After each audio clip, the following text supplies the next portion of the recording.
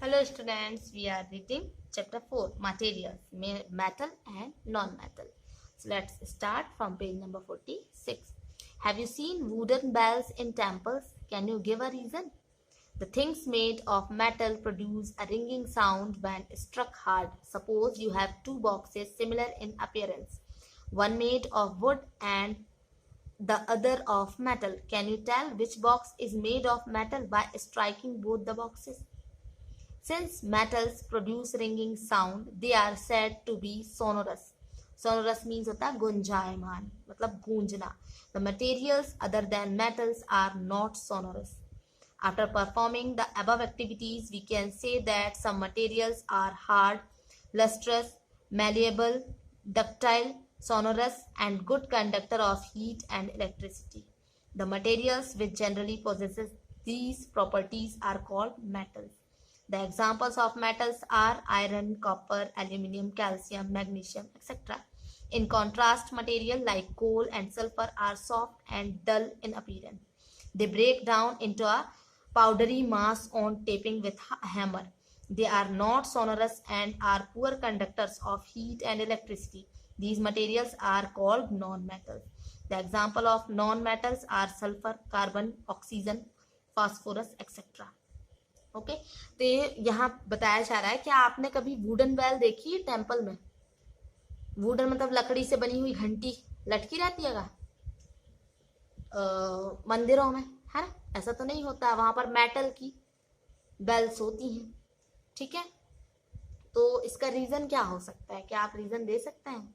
अब उस वहां यहाँ कुछ रीजन दिए हुए हैं कि जो थिंग्स मेटल से बनती हैं उनमें रिंगिंग साउंड होता है. अगर वो गिरता है तो टन की आवाज आती है, बजता है तो वैसी आवाज आती है, रिंगिंग साउंड होता है. ठीक है, जब उसको स्ट्रक हार्ड मतलब जोर से मारा जाए. सपोज अगर आपके पास टू बॉक्सेस हैं, ठीक है, सेम साइज के, एक वुड का हो और एक मेटल का हो, तो क्या आप बता सकते हैं उनमें उनको मार कर कि कौन सा, दोनों में आप स्ट्राइक करें, ठीक है, मारे, अब फिर आप बता सकते हैं कि कौन सा वुड का है और कौन सा मेटल का. आइडेंटिफाई आसानी से कर सकते हैं. ठीक है, वुड का और मेटल का साउंड दोनों का डिफरेंट होगा, है ना?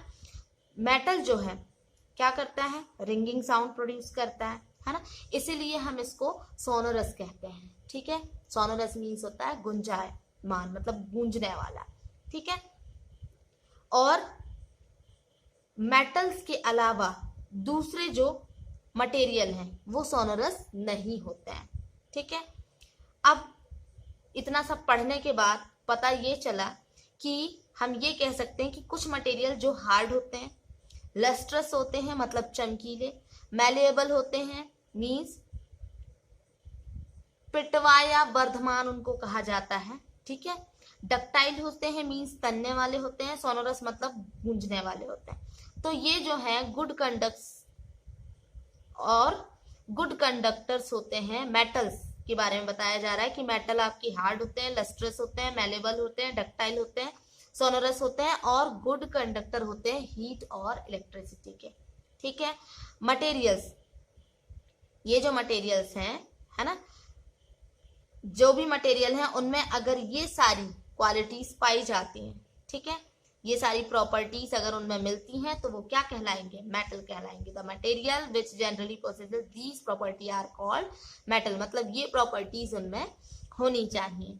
ठीक है, अब यहाँ पर एग्जांपल्स आपको मेटल्स के दिए हुए हैं, iron, copper, aluminium, calcium, magnesium.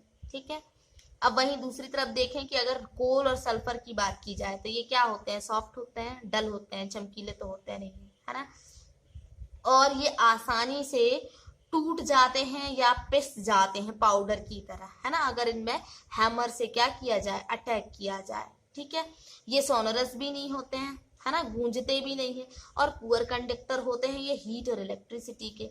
इसीलिए इन मटेरियल्स को नॉन मेटल्स कहा जाता है. ठीक है, इसके एग्जांपल्स क्या हैं आपके? सल्फर, कार्बन, ऑक्सीजन, है ना, फास्फोरस.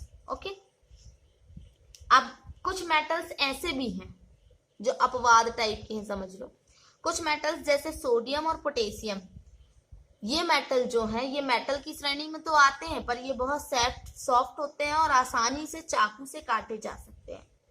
और मरकरी जो है, मरकरी भी आपका मेटल है, पर एकमात्र है मरकरी जो लिक्विड फॉर्म में पाया जाता है, ठीक है, और वो भी रूम टेम्परेचर पर। तो ये जो क्या है क्या कहा जाए, एक्सेप्शन से, मीन्स अपवाद टाइप के, बहुत कम है ना।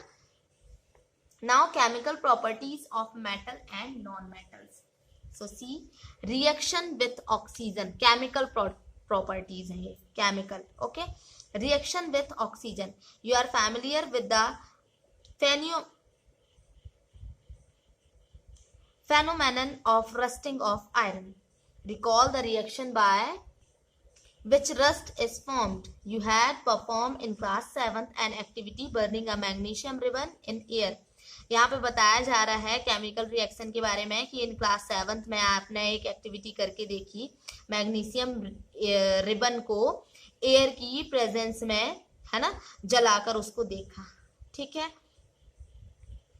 आयरन का जंग लगना, ये भी आपने देखा कि जब हवा के संपर्क में आयरन आता है तो उसमें जंग लग जाती है, ठीक है। अब इन दोनों में आपने ये भी देखा कि इन प्रोसेस में ऑक्साइड फॉर्मेशन होता है, ठीक है। ऑक्साइड जो है इनमें जगह ले लेता है ना। यहाँ वही आपको रिएक्शन बताया गया है, complete the following reaction of iron and magnesium with oxygen. Iron और मैग्नीशियम का ऑक्सीजन के साथ यहाँ पर क्या बताया गया, रिएक्शन बताया गया। सी, आयरन का जो नेम होता है Fe, short form, oxygen O2, water H2O, पानी के साथ, ठीक है। तो इसके साथ जब रिएक्शन होगा तो आगे क्या होगा, है ना, तो आगे क्वेश्चन मार्क दिया हुआ है। और सेकंड जो है आपका रिएक्शन मैग्नीशियम प्लस ऑक्सीजन, तो इसका भी रिएक्शन क्या होगा, ये आपका होमवर्क रहेगा, ये आप करके लाएंगे, ओके, वरना मैं बताऊंगी। Now here some activities are given, let us check the nature of rust formed as a result of the reaction between iron, oxygen and water. Collect a spoonful of rust and dissolve it in a very little amount of water. You will find that the rust remains suspended in water. Shake the suspension well. Test the solution with red and blue litmus papers. What do you observe? Is the solution acidic or basic? यहाँ पर दिया हुआ है। अब ये activity तो आप घर में चाहें तो कर सकते हैं। रस्ट जो है इसमें लिया गया है, ठीक है। रस्ट को लेकर बहुत कम पानी के साथ इसको डिसॉल्व करने की कोशिश की गई है, ठीक है। और उसके बाद आप देखेंगे तो ये जाकर कहाँ, पानी में नीचे बैठ जाता है, ठीक है। और उसके बाद इस सॉल्यूशन को आप रेड और ब्लू लिटमस पेपर में अगर आप चेक करेंगे तो फिर देखें आपको क्या मिलता है, क्या रिएक्शन होता है, ठीक है। तो ये सारी एक्टिविटीज है ना। ये घर में तो मेरे ख्याल से लिटमस पेपर घर में अवेलेबल शायद नहीं हो सकते हैं, ठीक। तो नेक्स्ट टाइम स्कूल में करेंगे अपन, ठीक है। Now rest, we will read tomorrow, okay.